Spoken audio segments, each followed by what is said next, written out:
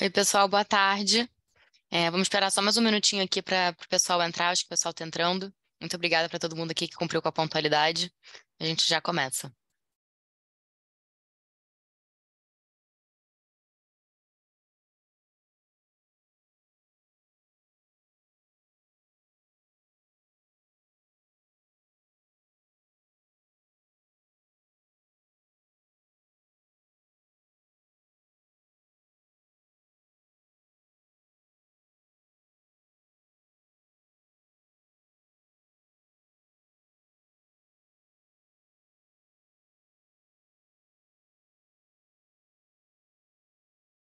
Bom, acho que a gente já pode começar. É, Boa tarde para todo mundo. Obrigada por terem tirado um tempinho para estar aqui com a gente live. Só lembrando que esse webcast vai ficar gravado, então, para os nossos parceiros, sócios e também quem quiser ouvir de mercado que está aqui com a gente e quem não pôde participar, a gente vai disponibilizar esse vídeo depois no nosso canal do YouTube. Eu estou aqui com o Flávio Menezes, também conhecido como Flavito, gestor do Pipe. Também tenho certeza que tem gente que não está alocado no Pipe, mas quer ouvir um pouco de mercado, então está aqui com a gente. E com o Felipe Balestrin, que ele é do time de investimentos também para abordar todas as dúvidas que vocês tiverem. E eu sou do time de distribuição Brasil, também super à disposição aqui para abordar todas as dúvidas que vocês tiverem, não só nesse momento, mas daqui para frente, também para trás, qualquer anseio, preocupações, dúvidas, elogios, a gente está super à disposição de vocês. Bom, passo a palavra aqui para o Flávio e para o Felipe, para eles contarem um pouco do PAI, perspectivas. Eu acho que a gente está a gente passou um momento muito desafiador para o fundo de ações, para o mercado de ações brasileiro como um todo, não só brasileiros, mas uma certeza global muito grande. E a gente está vendo uma retomada aqui, estamos felizes com o que o fundo tem entregado nesse ano. Então, passo a palavra aqui para o Flávio, para o Felipe, e muito obrigada. A gente está à disposição de vocês, abertos para perguntas, então mandem perguntas que no final a gente responde vocês.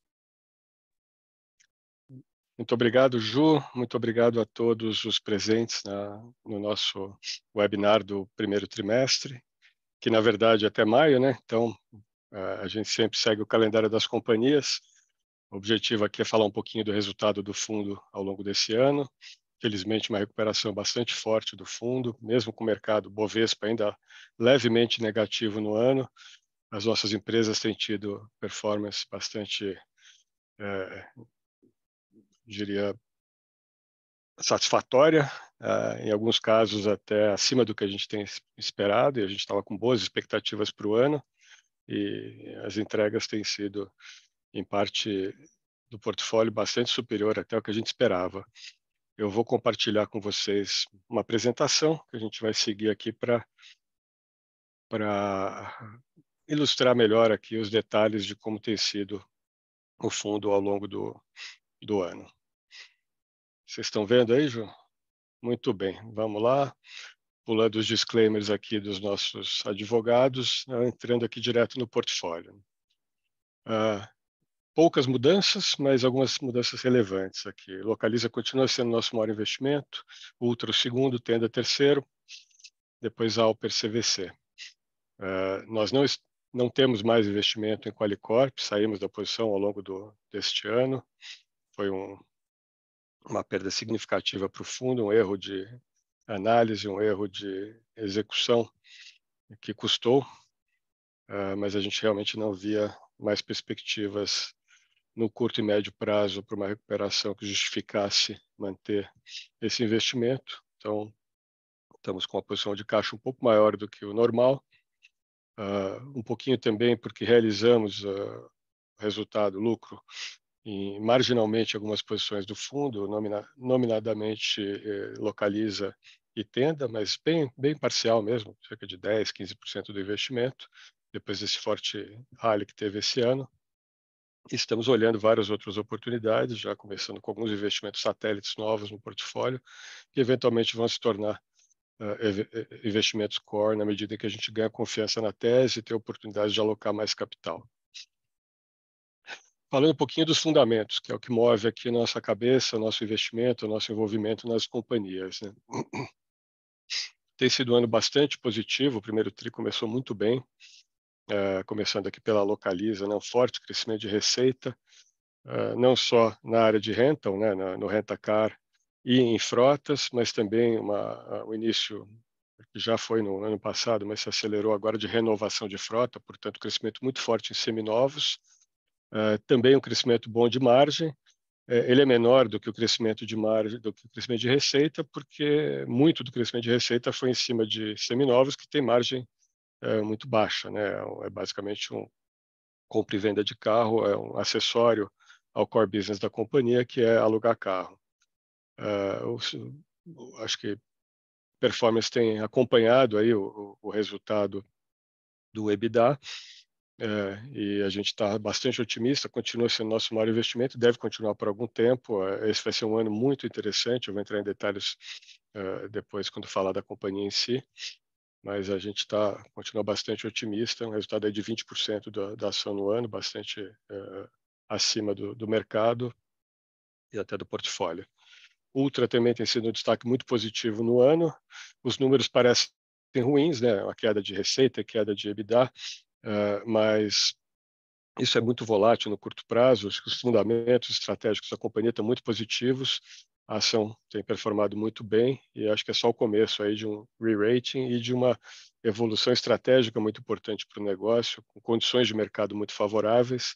E também a gente vai aprofundar isso no capítulo sobre Ultra.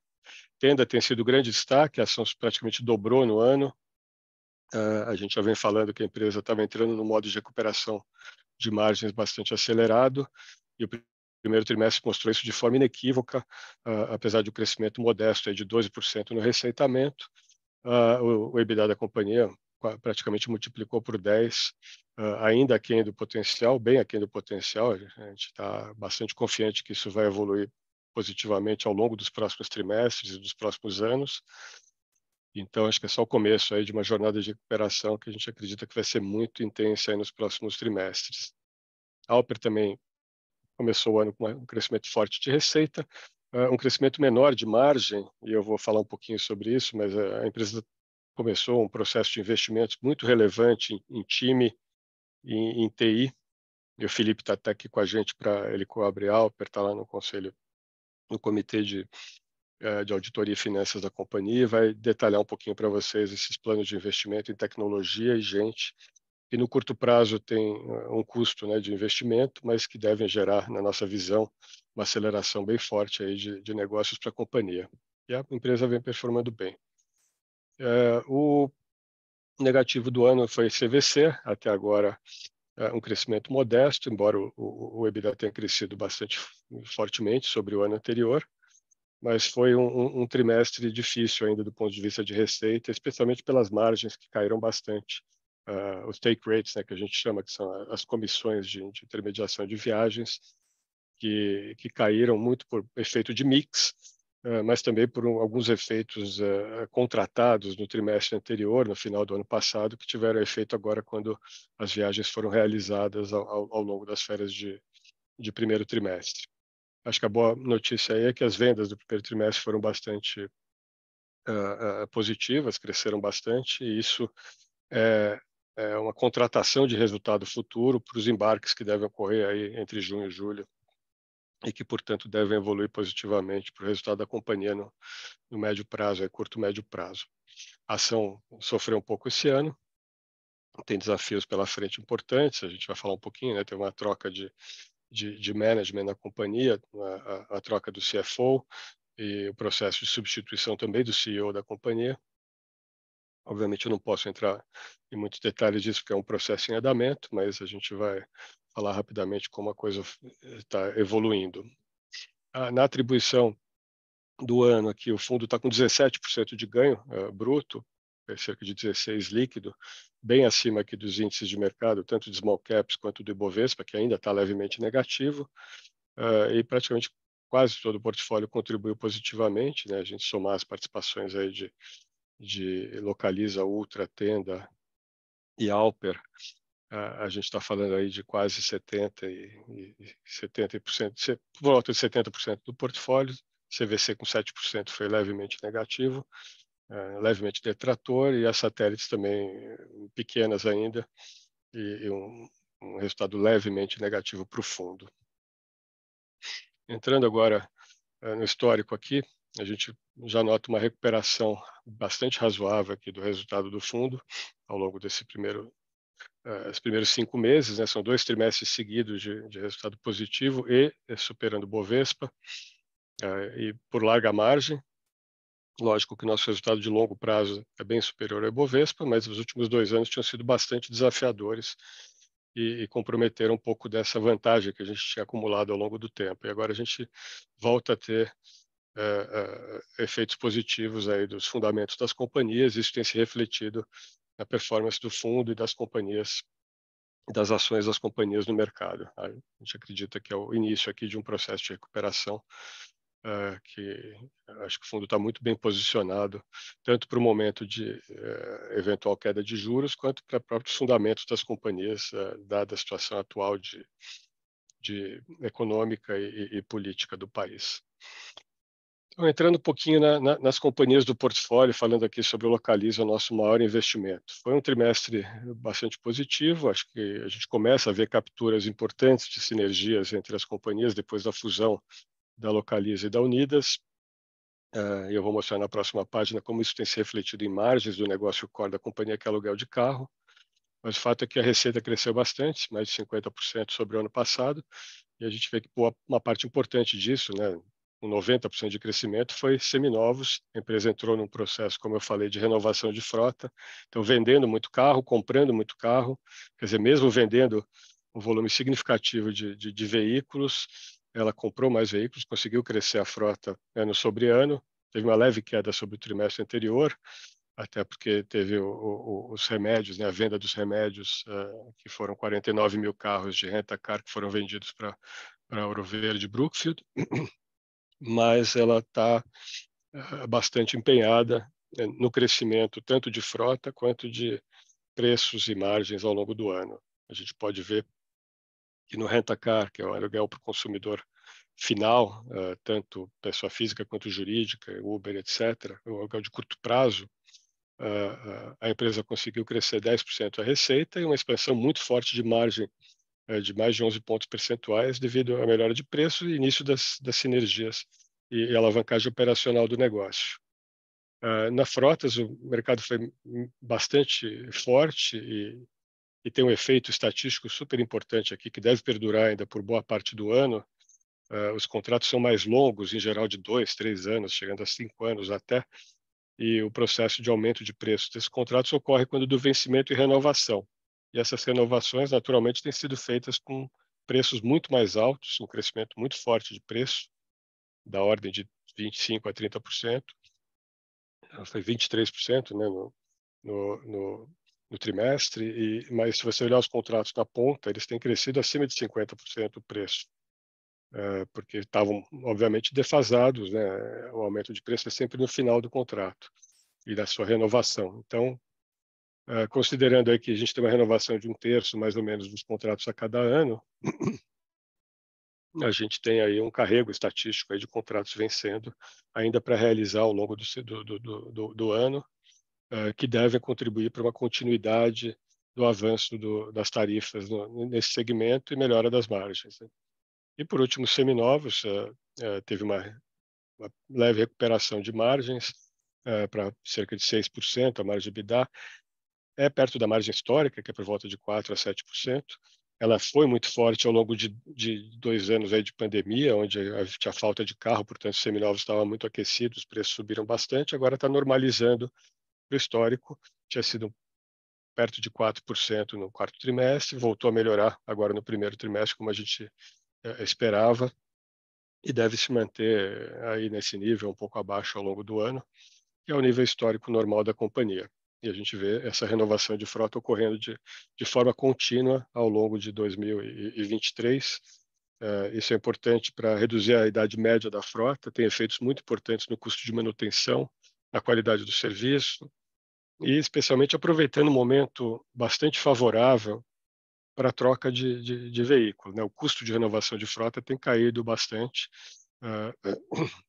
dado que a companhia está substituindo veículos por veículos de entrada e numa condição de compra bastante favorável com as montadoras, tanto por causa das sinergias da fusão e dá um poder de compra muito relevante, mas também porque os concorrentes estão um pouco retraídos na compra. Acho que o mercado está acompanhando aí que a Movida, a principal concorrente, entrou no processo de reestruturação do seu negócio, uma troca de management.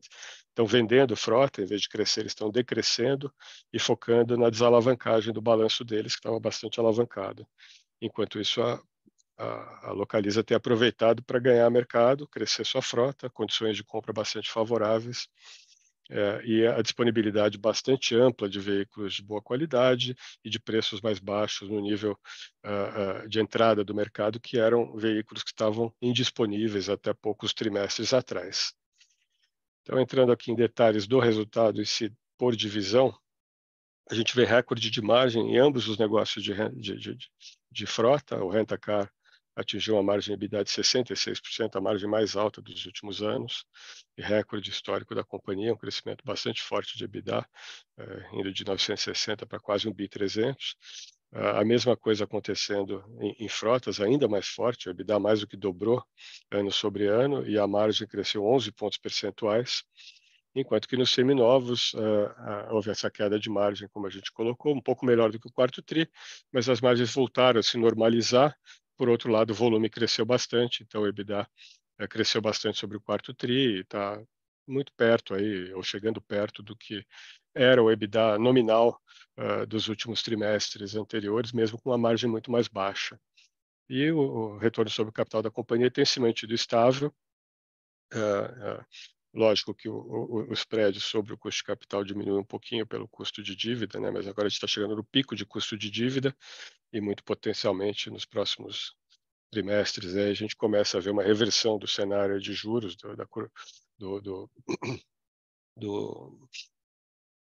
das taxas de juros, que tem um efeito bastante significativo no valuation das companhias desse segmento. Então, a Localiza é uma das companhias mais sensíveis do nosso portfólio à taxa de juros. Então, além da evolução positiva dos fundamentos e o crescimento que a gente espera para esse ano e para o ano que vem, a empresa potencialmente se beneficia dessa reversão do ciclo de juros, e acredita-se que vem em algum momento aqui, seja desse ano ou talvez do início do ano que vem. Entrando um pouquinho na Ultra, eu estou falando aqui rápido, mas depois a gente fica para sobrar um tempo aqui para a gente poder responder dúvidas, questões, aprofundar qualquer item que vocês queiram aprofundar. O grande, o que movimenta mesmo o ponteiro aqui na Ultra é a Ipiranga, que é a maior companhia do portfólio, responde pela grande parte do EBITDA da companhia. A gente teve um quarto trimestre muito difícil, um mercado bastante complicado, e questões de importação e de queda de preços que causaram uma perda de estoque, portanto, uma margem mais baixa. Essa margem que a gente olha do lado direito é uma margem de 12 meses. A gente usa esse indicador porque ele tira um pouco da volatilidade de curto prazo, que é muito grande trimestre a trimestre. Aí começa a se estabilizar agora, já teve uma melhora significativa no primeiro trimestre da margem de venda de combustíveis, e a expectativa da companhia e o próprio guidance da empresa para o ano é que essa margem vá evoluindo positivamente ao longo do ano. Resultado disso, a companhia tem tido uma performance bastante superior tanto ao Ibovespa quanto aos peers deles, em parte pela perspectiva positiva de melhora do negócio de distribuição de combustíveis, mas também porque as outras divisões da empresa, tanto a Ultragaz quanto a Ultracargo, têm tido resultados excepcionais, e eu detalho um pouquinho isso no próximo slide. Entrando aqui no detalhe das divisões, né? A Ultragaz tem sido a estrela da companhia, as margens vêm crescendo de forma muito intensa, praticamente quase dobraram de um ano para o outro. O EBITDA por metro cúbico, por tonelada de gás distribuído, foi de 530 para R$900 por tonelada distribuída. Isso quase dobrou o EBITDA da companhia ano sobre ano. É uma condição muito favorável de mercado, são 4 companhias no setor, uma competição bastante acomodada, ventos favoráveis, o que permitiu e tem permitido esse crescimento, e a empresa hoje está trabalhando com um retorno sobre o capital acima de 40%, que eu diria até que de um certo modo pode se considerar insustentável, mas acredito que se sustente nesses patamares ou perto desses patamares pela própria dinâmica positiva que esse mercado tem enfrentado, tanto do ponto de vista de competição quanto do ponto de vista de sourcing, né? busca, né, de fornecedores e gestão de fornecedores tem permitido essas margens expandir ao longo dos trimestres, já há praticamente 2 anos continuamente. Os volumes são estáveis, é um negócio que cresce muito, ele cresce meio que demograficamente, então é um grande gerador de caixa e com retornos bastante altos sobre o capital investido da companhia no setor, no segmento, né? A Ultracargo é praticamente um negócio de infraestrutura que vem melhorando margem trimestre a trimestre com ganhos de eficiência e tem feito investimentos relevantes em crescimento no passado, deve continuar fazendo investimentos importantes ao longo do tempo e tem tido um crescimento compatível com os negócios de infraestrutura, da ordem de 20%, 25% ao ano, o que também é bastante atraente, com margens crescentes ao longo do tempo. A gente ainda vê espaço para expansão de margem significativo da companhia ao longo dos próximos trimestres. E a Ipiranga, o mais importante, né, o crescimento baixo também desse mercado, mas com uma alavancagem operacional muito alta. Então, o EBITDA recorrente já melhorou bastante no primeiro TRI, ainda não chegou nos níveis que tinha chegado no primeiro TRI do ano passado, mas como eu falei, isso é muito volátil, a expectativa da companhia é para EBITDA de 3 dígitos, ou seja, reais por metro cúbico de 3 dígitos, acima de R$ 100 por metro cúbico ao longo do ano, mantendo esses níveis aí perto de R$ 120, R$ 130, que é o nível recorrente da potencial da companhia no momento. E acredito que os trabalhos que estão sendo feitos de melhora da rede de franquias, substituição de postos deficitários ou com baixa galonagem por postos muito mais eficientes, tem causado uma perda de tamanho de rede, mas um ganho de receita, mesmo com uma rede de postos menor. O volume vem crescendo, apesar do número de postos franqueados terem caído, e com uma qualidade muito maior, tanto do ponto de vista da qualidade de execução das franquias, mas principalmente dos fatores muito relevantes para esse negócio, que são a logística, a proximidade das bases, facilidade de abastecimento e tudo isso que gera eficiências que permitem uma expansão de margens ao longo do tempo. Então, a gente está muito otimista. Acho que o principal fator aqui, que os números não mostram, mas que tende a ser importante para a companhia, não só para a Ultra, mas para as companhias principais do setor, é o ambiente competitivo, dada a política de preços praticada no mercado. Os postos bandeira branca, independentes ou postos de menor, redes de menor porte, dependem muito de fornecimento de trading ou de fornecimento externo. Então, a paridade de importação é um fator super importante, quer dizer, o preço doméstico versus o preço internacional de petróleo. Quando esse preço está acima do preço internacional, ele permite que as tradings trabalhem muito ativamente na importação, forneçam a preços competitivos, e a competição tende a se tornar mais desafiadora. Tudo indica que o regime de preços que o Brasil está entrando, que deve perdurar aí pelo menos ao longo desses próximos anos, aí, dada as políticas que estão sendo desenvolvidas na Petrobras, é um regime de preços um pouco mais, ou potencialmente muito mais favorável para as companhias maiores do setor, que têm escala de operações. Os preços devem manter uma paridade igual ou menor do que os preços internacionais, a movimentação deve ser menos volátil, menos frequente. Então, a gente vê um ambiente bastante favorável para as companhias maiores do setor, como ocorreu até 2014, 2015, e posteriormente esse ambiente se tornou muito difícil, né, de competição. Ele foi bastante complexo para as companhias maiores ao longo de 2016 até 2 anos atrás, 1 ano e meio atrás. Agora está começando a evoluir de forma positiva de novo. Era um momento em que as companhias entregavam retorno sobre o capital acima perto de 15%, 20%, e acho que a Ipiranga está nesse caminho aí, já está com retorno sobre o capital perto de 13%, 14%, e caminhando para um retorno sobre o capital que ela entregava nos anos de ouro, aí, com crescimento de EBITDA contínuo e retornos bastante favoráveis. Então, a gente continua muito animado e acho que ainda tem muito trabalho importante a ser feito na companhia em termos de eficiência operacional, mas o time é muito bom, está muito engajado, é um suporte muito forte dos acionistas, e a gente está muito otimista que a evolução será contínua aí ao longo dos próximos anos. A Tenda tem sido um destaque importante aqui. A gente teve o fundo do poço aqui no terceiro TRI, onde os estouros de obra e o receitamento, né, eu diria, a passagem pelo resultado das safras anteriores de margem muito baixa, que sofreram muito com o aumento de custos de insumos, foram predominantes. A gente vem dizendo ao longo dos últimos webcasts, webinars nossos, que isso está terminando, que deveria terminar por volta do primeiro e segundo trimestre, e isso é um fato que está efetivamente ocorrendo.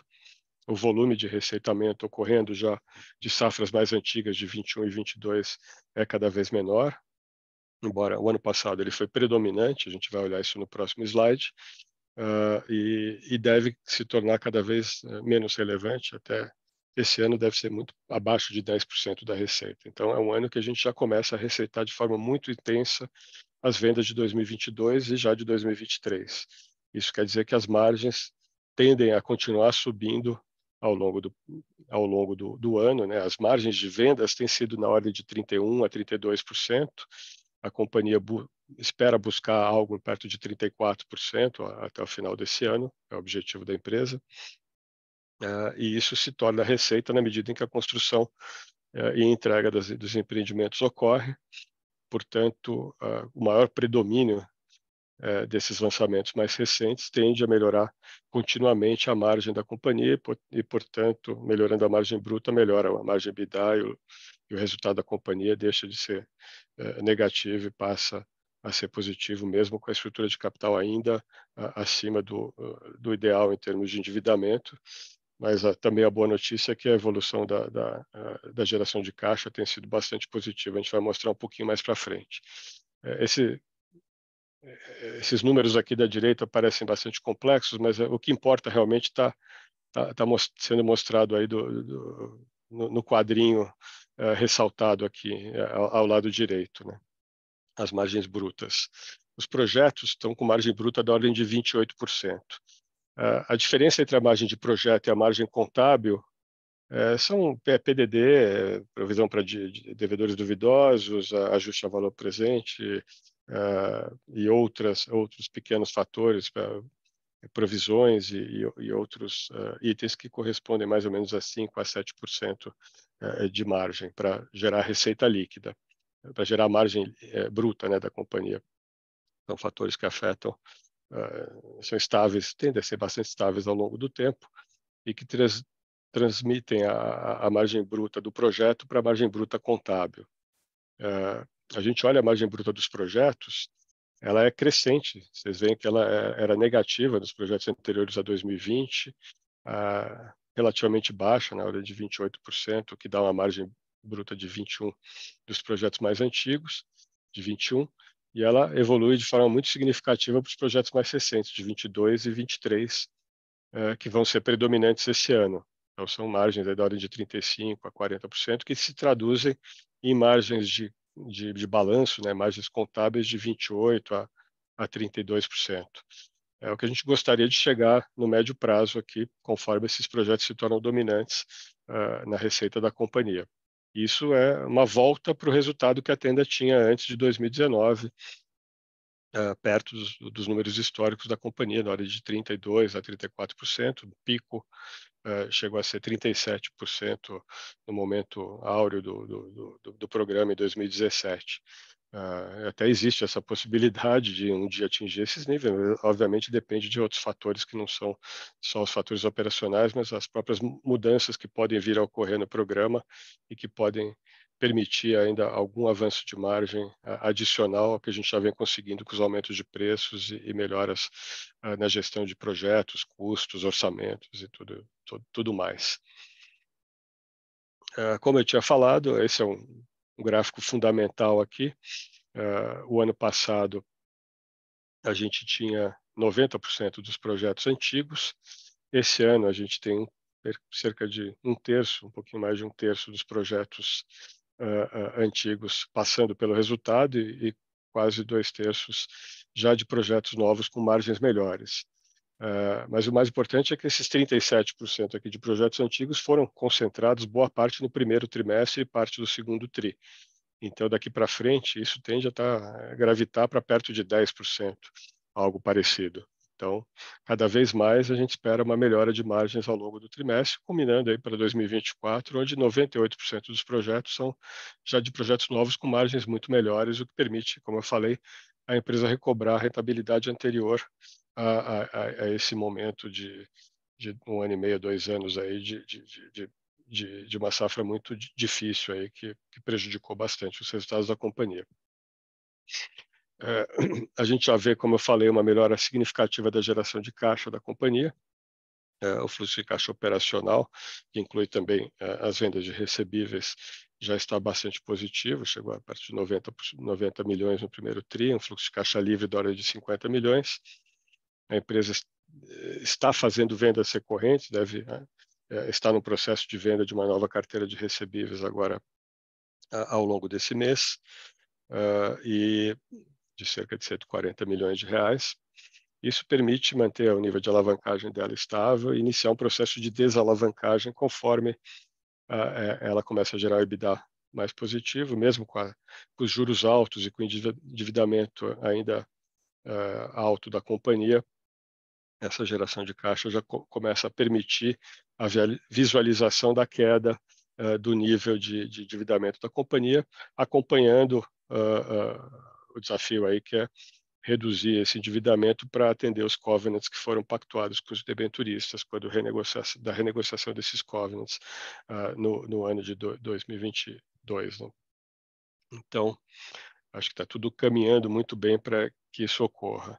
E, por último, a gente teve um evento muito positivo também para a Tenda, o programa Pode Entrar, que é um programa da Prefeitura de São Paulo, que é um programa que busca a construção de cerca de 40 mil casas populares. É um programa bastante bem estruturado, com condições bastante interessantes para as companhias que participam.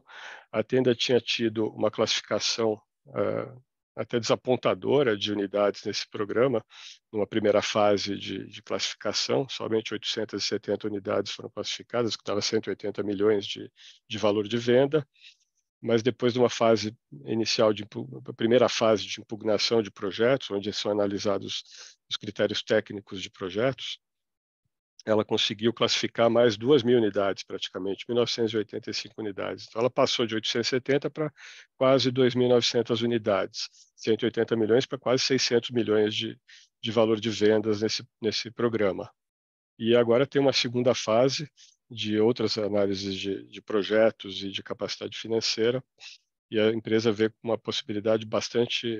uma probabilidade bastante relevante de classificar 2 novos projetos que estão em primeiro e em quarto lugar na fila, de cerca de 750 unidades cada um, e acho que existe uma possibilidade, eu não diria expressiva, acho que bastante uma probabilidade relativamente alta aqui de ambos os projetos serem aprovados nessa fase, o que adicionaria até 300 milhões de reais a esse programa, totalizando quase 900 milhões de reais de vendas.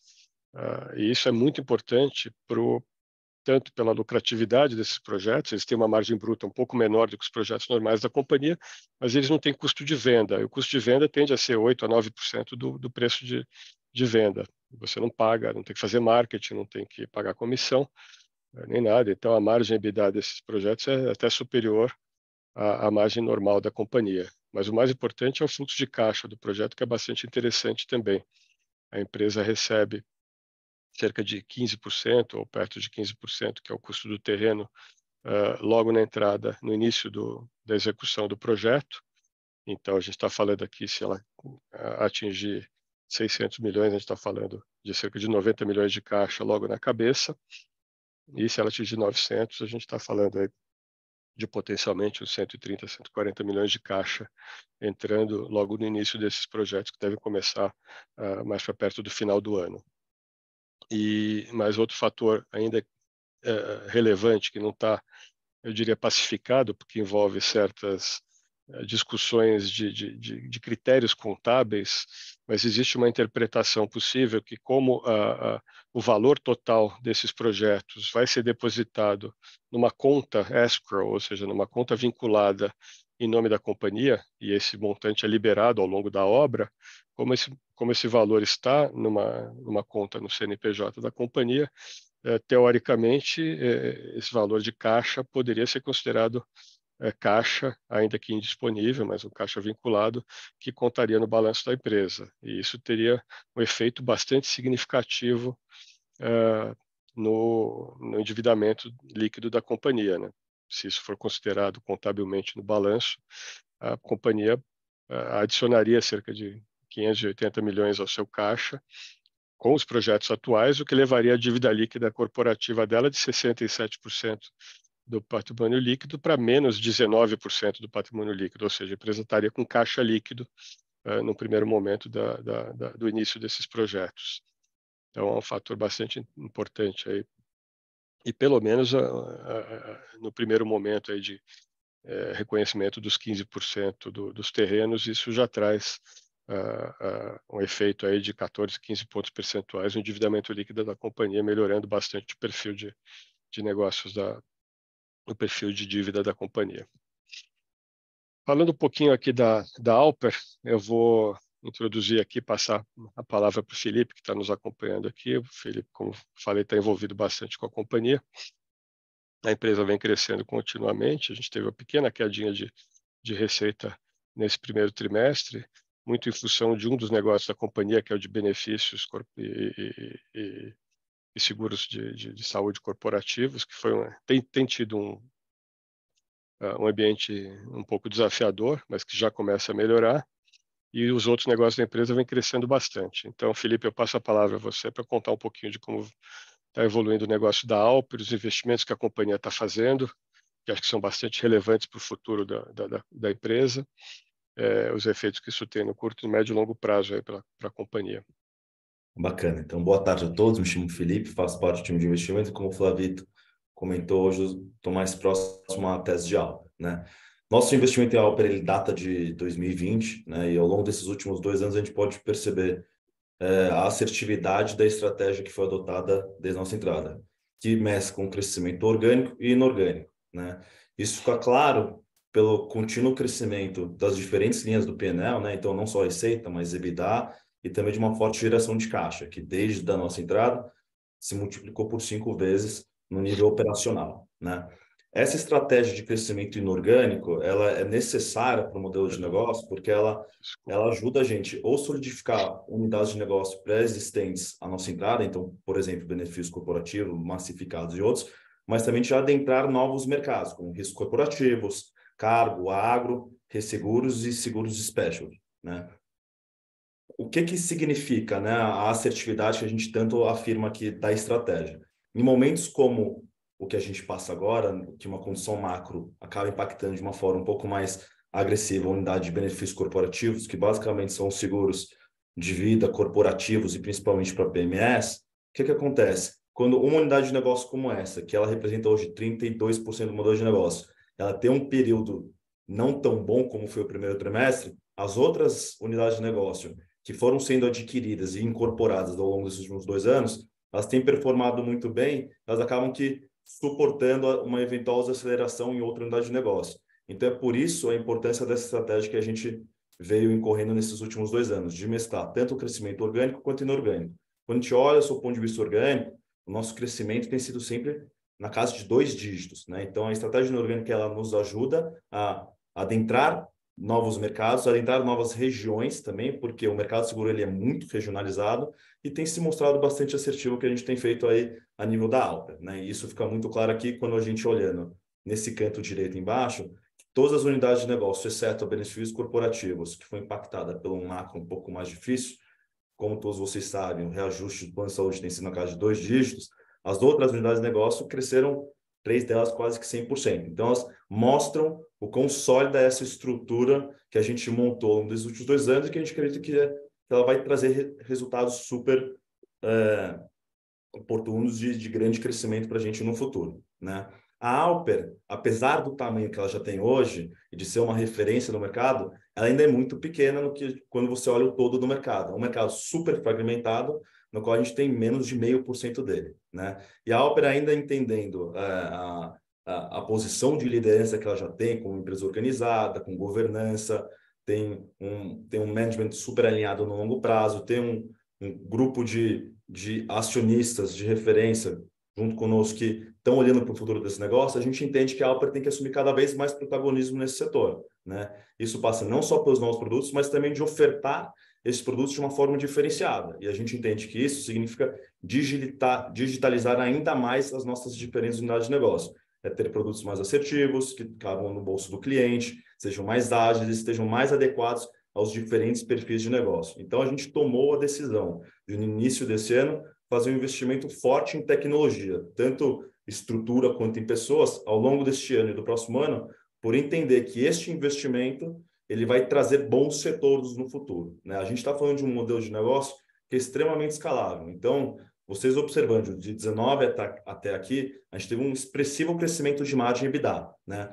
Por hora, neste ano, dados esses investimentos que eu comentei de tecnologia, a gente vai ter uma margem beirando mais do 20 a 21% durante este ano, mas entendendo que ela vai retomar sua trajetória de crescimento que ela já vinha apresentando nos últimos anos, tendendo mais adiante aquilo que a gente enxerga lá na frente, próximos dos 30, mas isso lá para frente, né? De novo, a gente acha que esses investimentos fazem sentido, eles ajudam a diferenciar ainda mais a Alper no modelo de negócio e a sustentar cada vez mais essa posição de liderança dela no setor, né? Aqui acho importante comentar um pouquinho do que eu falei há pouco dessa estratégia orgânica e inorgânica. Então, olhando esse quadro da direita à esquerda, ao comparar a pizza das unidades de negócio sobre faturamento atual versus um ano atrás, fica muito claro a importância dessa estratégia de crescer em direção a outras vertentes, né? Isso torna o nosso negócio menos dependente de uma unidade de negócio ou até mesmo de um perfil de cliente e sendo cada vez menos sazonal também, porque cada unidade de negócio tem a sua sazonalidade. Então, nosso objetivo aqui também é permitir que a gente tenha um crescimento constante ao longo do ano, né? E que uma geração de caixa também constante, ok, mais focado no segundo semestre, mas também constante e mais sólida ao longo do ano, né? Olhando um pouquinho para a nossa estrutura hoje de capital. Então, basicamente não, 100% da nossa dívida estão atreladas aos pagáveis de M&As. Então, desde 2020, a gente fez 13 aquisições. A gente tem algumas mais olhando para frente, que a gente entende que são importantes para solidificar mais o modelo de negócio. E a gente entende que a gente está num patamar confortável hoje de endividamento. Basicamente, a gente ainda vai precisar, nesses próximos ciclos, de compor um crescimento não só da geração de caixa, mas também de possíveis aumentos de capital para sustentar esse crescimento, sempre tendo em mente a gente se mantendo neste patamar de endividamento até 2 vezes o EBITDA, tá? Então, a gente enxerga que tudo que a gente tem feito até então contribui para que a Alper lá na frente seja cada vez mais a líder desse setor. É uma empresa que ainda é pequena, mas que a gente sabe que ela tem total capacidade e vontade de assumir o protagonismo que ela vai ter daqui a alguns anos nesse mercado. Então, acho que vale a pena adicionar aqui, né, Felipe, que a empresa, nesse crescimento inorgânico, ela tem algumas vantagens competitivas importantes aqui, né?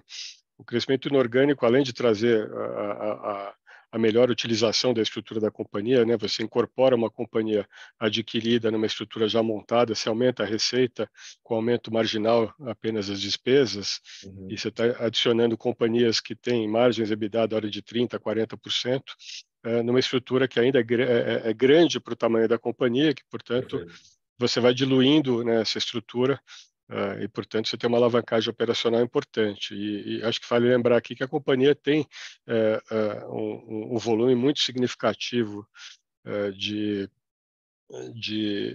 créditos fiscais, de prejuízos da antiga BR Insurance, que foi a empresa pré-reestruturação, onde ela mudou de nome para Alper e mudou todo o time, mudou todo o modelo de negócios e vem imprimindo esse crescimento, e a gente utiliza, obviamente, esses créditos fiscais, né, prejuízos fiscais acumulados, que permitem abater aí 1/3 da base do imposto de renda, do lucro adicionado por essas novas aquisições. Então, isso dá uma vantagem bastante importante na busca de novas aquisições, na competitividade nossa para adquirir e crescer inorganicamente, adquirir novas companhias e crescer inorganicamente. Sempre com muita disciplina que o time, o conselho tem imprimido nesses M&As que tem trazido benefícios bastante relevantes para a companhia. Perfeito, acho super válida a sua consideração e é Então, exatamente isso. acho que é isso, né? A gente vê aí que setores como agro, riscos corporativos, que são setores que demandam uma maior complexidade na gestão do cliente, na execução dos seguros, na estruturação dos seguros e, portanto, comandam uma especialidade maior e, portanto, uma margem muito superior aos seguros mais comoditizados, como o seguro de automóvel e mesmo o de benefícios corporativos, onde o mercado é bastante competitivo, e isso vem melhorando também ao longo do tempo o perfil e deve contribuir para melhorar o perfil de margem da companhia ao longo do tempo. Perfeito, e acho que Acho que vale destacar também duas unidades de negócio que são de riscos corporativos e resseguros, que são unidades de negócio que são novas na empresa e que elas escalaram rapidamente, né? Porque é um tipo de serviço que ele é relativamente novo no Brasil e que a Alper tem se especializado e ela tem conseguido crescer de forma bastante robusta nessas duas unidades de negócio. Então, é exatamente isso que o Flávio comentou, né? Então, acho que a Alper ir para estes novos segmentos, novas regiões, localidades, significa ela ampliar seu horizonte potencial de crescimento em cima de uma estrutura que já está pronta, né? Então, exatamente o que o Flávio comentou. A gente tem uma estrutura hoje robusta, pronta, super escalável e que adentrar essas outras unidades de negócio fica cada vez mais fácil e mais simples, né? Sempre buscando trazer para dentro equipes alinhadas no longo prazo. Então, acho que existe uma diligência muito bem feita pela equipe de M&A interna de trazer empreendedores que estejam alinhados no longo prazo, mas que também tenham o perfil de pagamento das suas metas e entregas atreladas à performance que eles vão performar dentro da Alper. Então, acho que isso também é super rico. Isso diferencia muito a Alper hoje do que já foi a Brazil Insurance lá atrás, que era um emaranhado de M&As super disfuncionais. Hoje não, hoje tem uma disciplina de alocação de capital super bacana, que é liderada pelo Couto e pelo Guilherme, o CFO, o CEO e CFO, e que a gente está bastante contente com aquilo que eles têm feito até então. Então, a Alper é uma empresa que hoje ela trada pouco, né? Porque é uma empresa, apesar de ser uma corporation, ela tem 5 grandes acionistas de referência. Então, é uma empresa que tem um volume negociado muito pouco hoje, mas que a gente sabe que ela pode valer algumas vezes mais do que ela vale hoje. Então, a gente está super contente com o investimento e entende que pode contribuir cada vez mais para o crescimento e solidificação dela como a referência do setor de corretagem de seguros no Brasil. obrigado aqui, Felipe, pela tua participação. Eu vou terminar aqui falando um pouco de CVC. A gente teve aí um primeiro trimestre super importante e muito positivo nas reservas confirmadas, um crescimento de 44% ano sobre ano, então uma retomada aqui das vendas muito forte. A gente voltou a vender o B2C, que é a venda para o cliente final, de forma muito assertiva. Em janeiro tinha crescido mais de 100%. Lógico que tem uma base, o efeito de base de janeiro e fevereiro de 2022, onde teve a última onda aí de Covid, Omicron, mas ainda assim é uma recuperação forte aí sobre o quarto tri. Então isso eu diria que é um indicador futuro importante aqui. A empresa, essas vendas que estão sendo feitas agora, elas se tornam receita quando o comprador utiliza o serviço, ou seja, ele embarca, voa, ou utiliza o hotel, ou seja, o serviço que ele adquiriu. Então, a gente tem uma contratação de uma continuidade de crescimento aí pela frente muito relevante, muito importante. Acho que um grande destaque foi Marítimo, que teve um crescimento muito forte esse ano.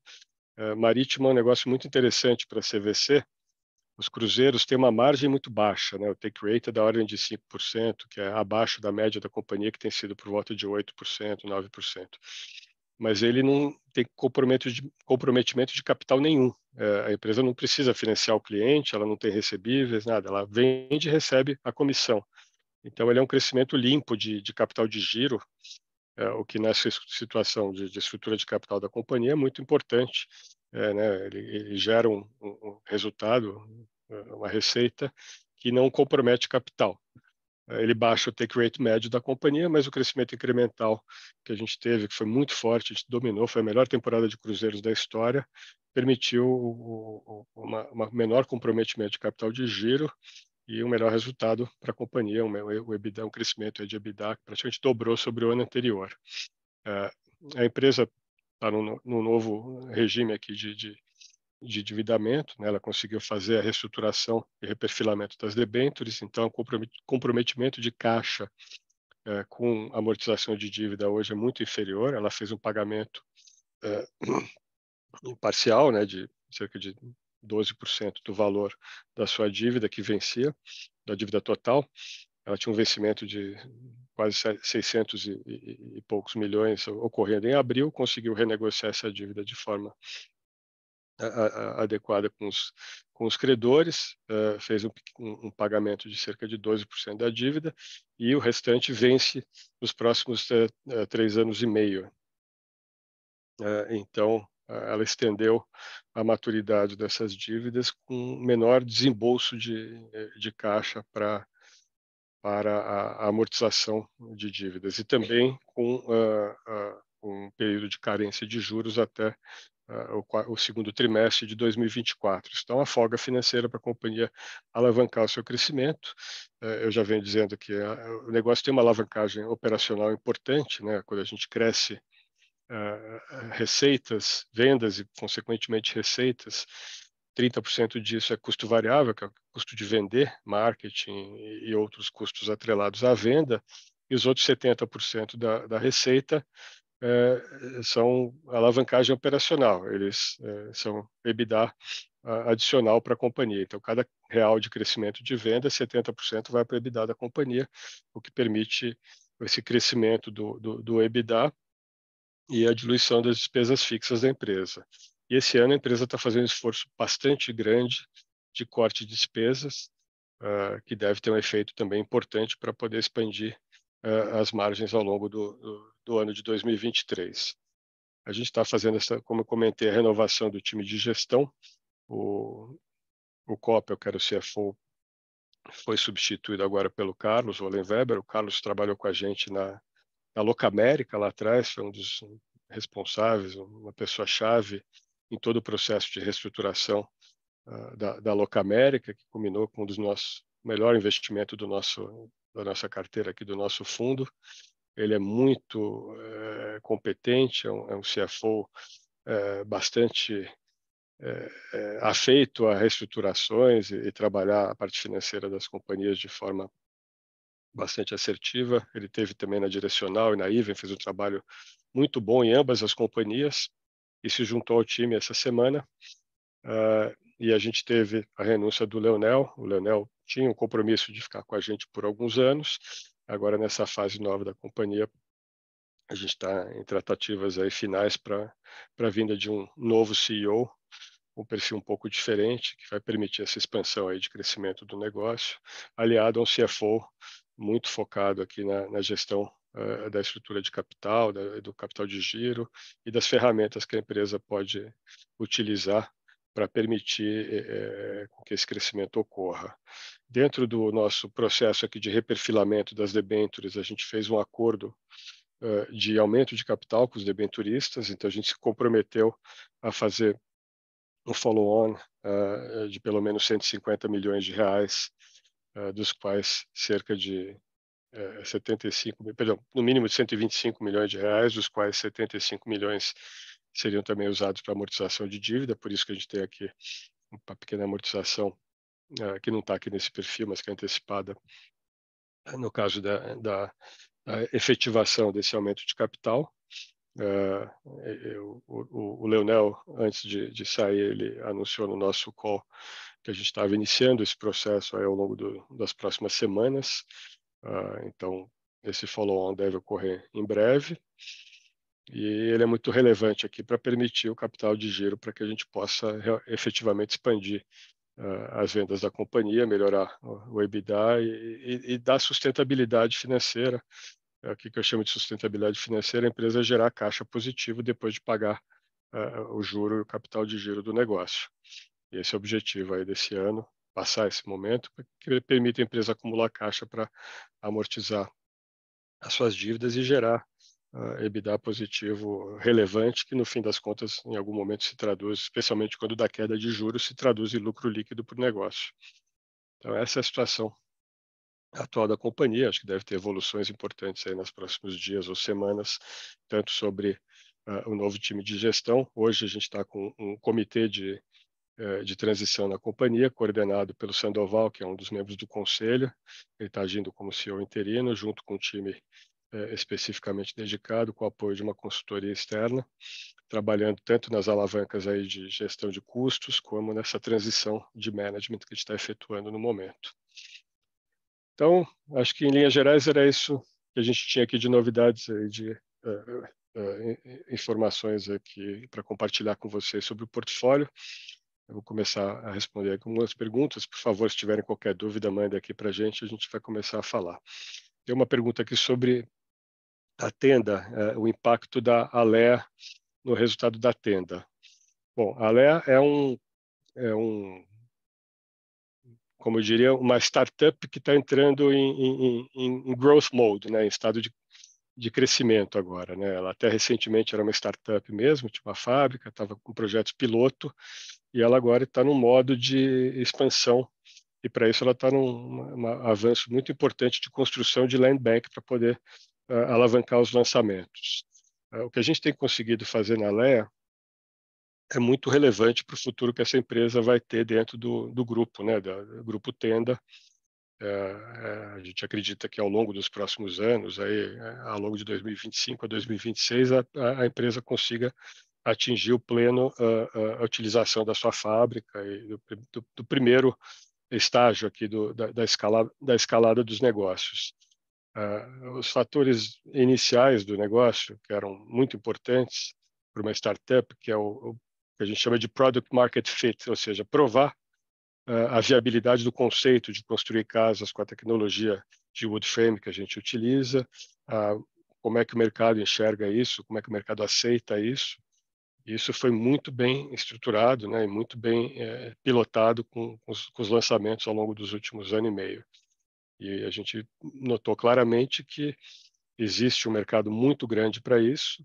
A gente tem uma vantagem competitiva por estar alguns anos na frente de potenciais concorrentes, com uma tecnologia de ponta, a fábrica mais produtiva do planeta, uma capacidade de fazer uma casa a cada 9 minutos, e os preços que a gente vem conseguindo nas vendas são superiores aos preços que a gente tinha no estudo de viabilidade do negócio, bem superiores.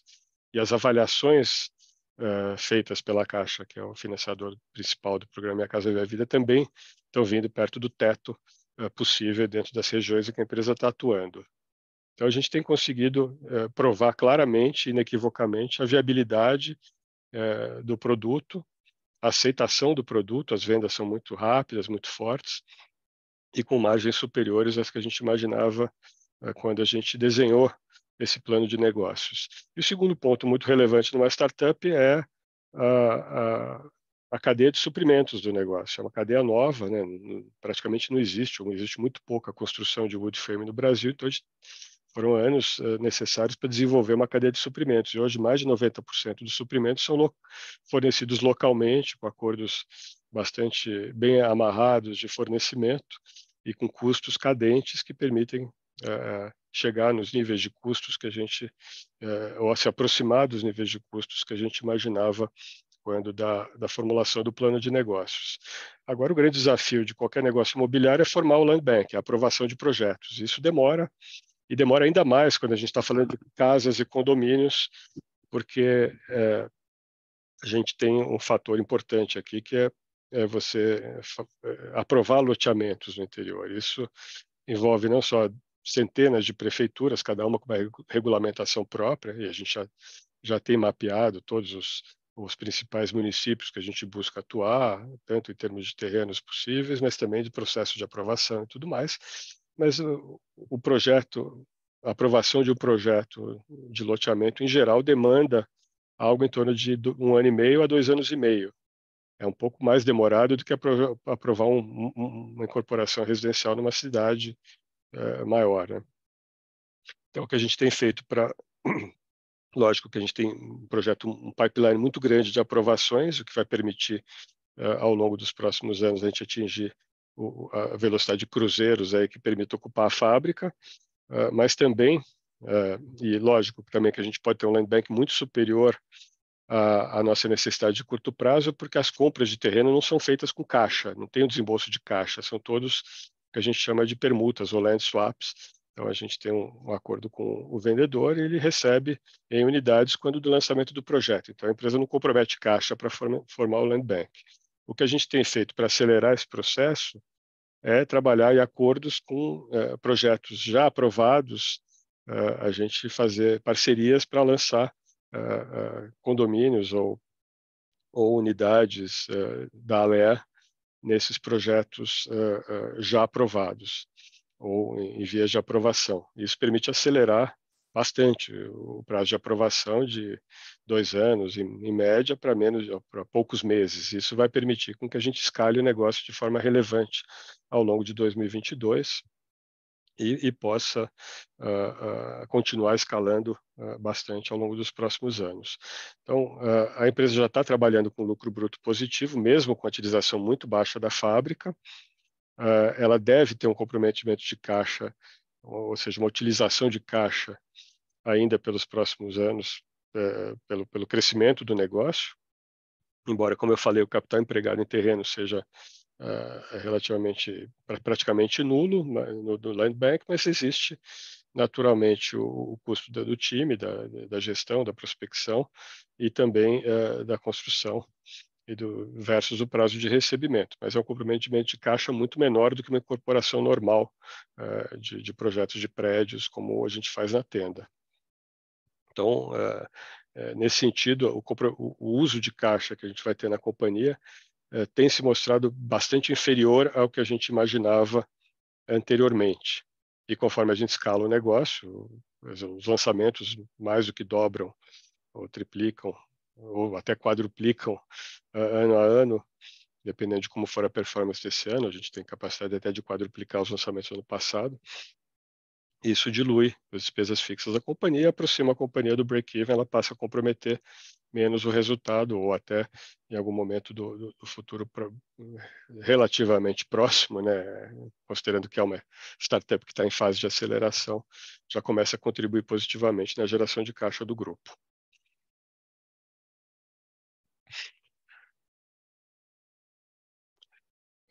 Temos uma pergunta sobre performance aqui. A gente teve 2 anos muito difíceis, o que esperar no futuro?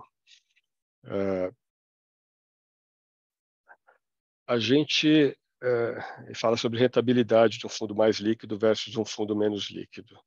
Obviamente, eu tenho que reconhecer que os nossos 2 últimos anos não foram nem um pouco favoráveis, pelo contrário. No segmento que a gente atua de pequenas e médias companhias, o mercado teve uma performance muito difícil e a gente também teve uma performance difícil, até um pouco pior do que o mercado. Mas a gente está fazendo isso desde 2014, são 9 anos aqui de resultados. Nesse período, olhando o filme inteiro, especialmente nos momentos positivos, a gente alavanca a performance das companhias e alavanca a performance de mercado com vento de cauda e não vento de frente, a gente fez praticamente 4,7 vezes o capital bruto do investidor, quase 4 vezes o capital líquido do investidor, quando o Bovespa deu cerca de 90 e poucos por cento de retorno e o Small Caps deu 70 e poucos por cento de retorno. Então a gente deu 300 estou falando de memória aqui, mas uns 380% de retorno contra cerca de 70 e poucos por cento do retorno de Small Caps. Acho que esse é o nosso objetivo aqui. A gente tem um horizonte de investimento de pelo menos 5 anos, 5 a 10 anos. A gente pensa como um private equity, a gente atua como um private equity na gestão das companhias, na estratégia dos negócios, buscando gerar valor de longo prazo. Muitos investimentos demoram, às vezes 1 ano, 2, 3, para efetivamente atingir os patamares de resultado que a gente busca. Às vezes a gente erra, como foi o caso de Qualicorp. Às vezes a gente acerta muito grande, como foi o caso de Locamérica, Unidas. A gente busca acertar muito mais do que erra e o resultado disso é um retorno acumulado que é cerca de 4 vezes ou mais de 4 vezes o retorno dos índices de mercado ao longo desse período todo que a gente está investindo. Então, acho que o horizonte de longo prazo é fundamental para esse investimento e acho que eu não posso prometer retornos futuros, né? A gente não só não pode por questões regulatórias e legais, mas também porque a gente não sabe exatamente como o futuro vai se comportar. Mas a gente acredita que trabalhando na geração de valor nas companhias, tendo companhias competitivas no portfólio, empresas que são líderes dos seus mercados ou com potencial de atingir liderança nos seus mercados, com boa gestão, alinhamento de governança, estratégias bem implementadas, a gente tem condições de gerar retornos bastante superiores. A gente, no fundo do ciclo, no pico do ciclo, a gente estava gerando retornos brutos da ordem de 45% ao ano, no fundo do ciclo, retornos da ordem de 16%, 18% ao ano, o que é muito superior a qualquer índice de mercado. E estamos falando aqui de fundo de ciclo, né? Depois de um drawdown difícil aí de cerca de 40%, 45%. Então, acho que é isso. A gente agradece o Pátria, o Pipe, e nosso time aqui agradece a presença de todos. A gente se coloca à disposição para qualquer dúvida adicional que vocês tenham, na medida do possível, que a gente possa responder dentro da transparência possível de informações públicas das companhias. Agradecemos a presença de vocês. Começou muito bem esse ano. A gente está muito otimista com as companhias, elas vêm evoluindo de forma muito positiva nos seus fundamentos e o mercado começa a reconhecer isso nos resultados das ações das empresas e do fundo. Então, a gente continua bastante otimista e agradece a oportunidade de estar aqui com vocês e de contar com a confiança de vocês aqui no Pipe. Nos vemos no próximo trimestre ou antes disso, como falei, sempre à disposição aqui para conversar individualmente com cada um de vocês. Muito obrigado pela participação de todos. Obrigada, pessoal.